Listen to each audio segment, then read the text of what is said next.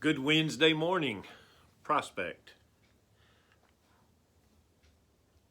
I was going to talk about some of the parables today, but a friend of mine and I got into an online discussion about Jesus saying that his disciples must take up the cross. And he said that that's not serious, that it's a metaphor. And there are two things. One, I won't argue that Jesus is not literally saying that everyone has to literally take up a cross. But he is saying that the cost of following him can be death. And what he was saying to the people in his day is, if you're going to follow me, be prepared to pick up the instrument of your death and tote it until you die. So, and this is one of the things that bothers me. Christianity has become less a religion and a theology and more of a given. We assume people are Christians just like we assume they have electricity in their homes. And I'm not talking about Christian as opposed to Muslim or Jewish or Hindu or anything. I'm saying we make an assumption about people that we know that they're Christian. And there's not really a cost to being a Christian for the most part. Jesus was saying to his disciples that if you follow me, you're going to follow me all the way to your death. And then the discussion went on, because in Matthew chapter 16, right after that, Jesus explains his kingdom, and it is something that we've been talking about for as long as I've been here. All who want to save their lives will lose it, but those who lose their lives because of me will find it. Why would a person gain the whole world but lose their life? And what would a person give in exchange for their life? Jesus' kingdom is an upside down kingdom. If you want to be the greatest in the kingdom, you have to be the least, the servant to all. If you're not willing to be a servant, you're not fit to be in the kingdom. But then it said, and this is a fault not of people reading, but of the way the translators broke the Bible up into chapters. There should not be a chapter break in chapter 16 where it is, because the natural flow of the idea. Listen, I assure you that some standing here won't die before they see the Son of Man coming in his kingdom. 6 days later, Jesus took Peter, James, and John, his brother, and brought them to the top of a very high mountain. He was transformed in front of them. His face shone like the sun, and his clothes became as white as light. And Moses and Elijah appeared to them, talking with Jesus. Some of you won't die before they see the Son of Man coming in his kingdom, transformed in front of them. Peter, James, and John saw Jesus coming in his kingdom.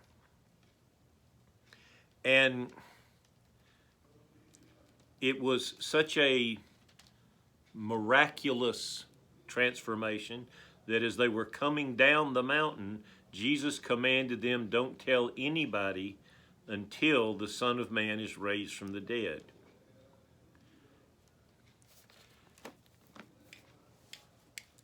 It disturbs me greatly that people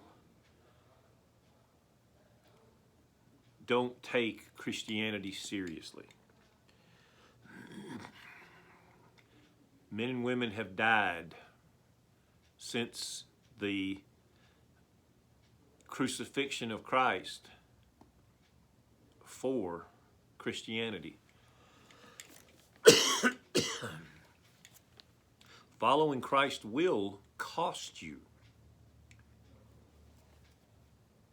And I'm not talking about necessarily cost you financially. But if you're serious about following Christ, you're going to be made fun of, you're going to be ostracized, you're going to be outside of the cool kids circle. And an awful lot of folks can't deal with that. So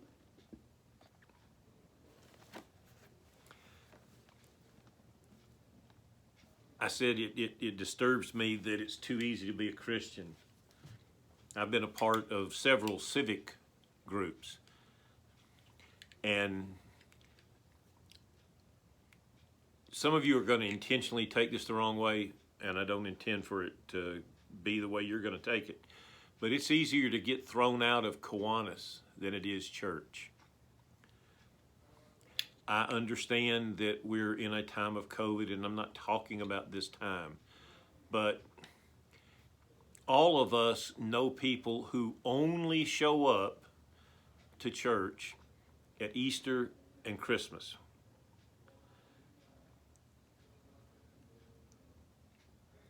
And they don't have any reason for not showing up. I was sharing this morning that I had a family in a church that I served that the daughter was involved in a sport that unfortunately practiced and did shows on the weekend, and the father worked on Sunday. They were never in church, but they were actively involved in the life of the church. I'm talking about people, and I distinctly remember there was a gentleman in a church, and again, remember, I'm talking before coronavirus. I saw him 7 or 8 times during the week.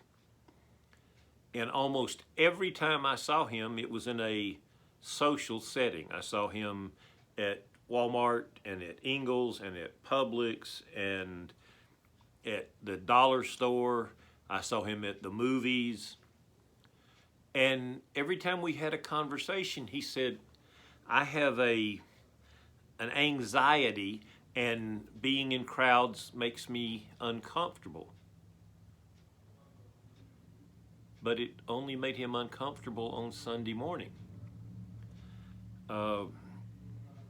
He just didn't want to come to church. Now, if you don't want to come to church, that's fine. But don't make an excuse for it. And again, everyone remember, I said I'm not talking about today because coronavirus has changed everything. I understand the difference in the world that we live in now. But one of the things that you've got to do is remain engaged. You've got to take part where you can. And I look forward to being here and being beyond coronavirus. So remember that it is costly to be a Christian. But know that Christ loved you enough to die for you. So blessings, Prospect.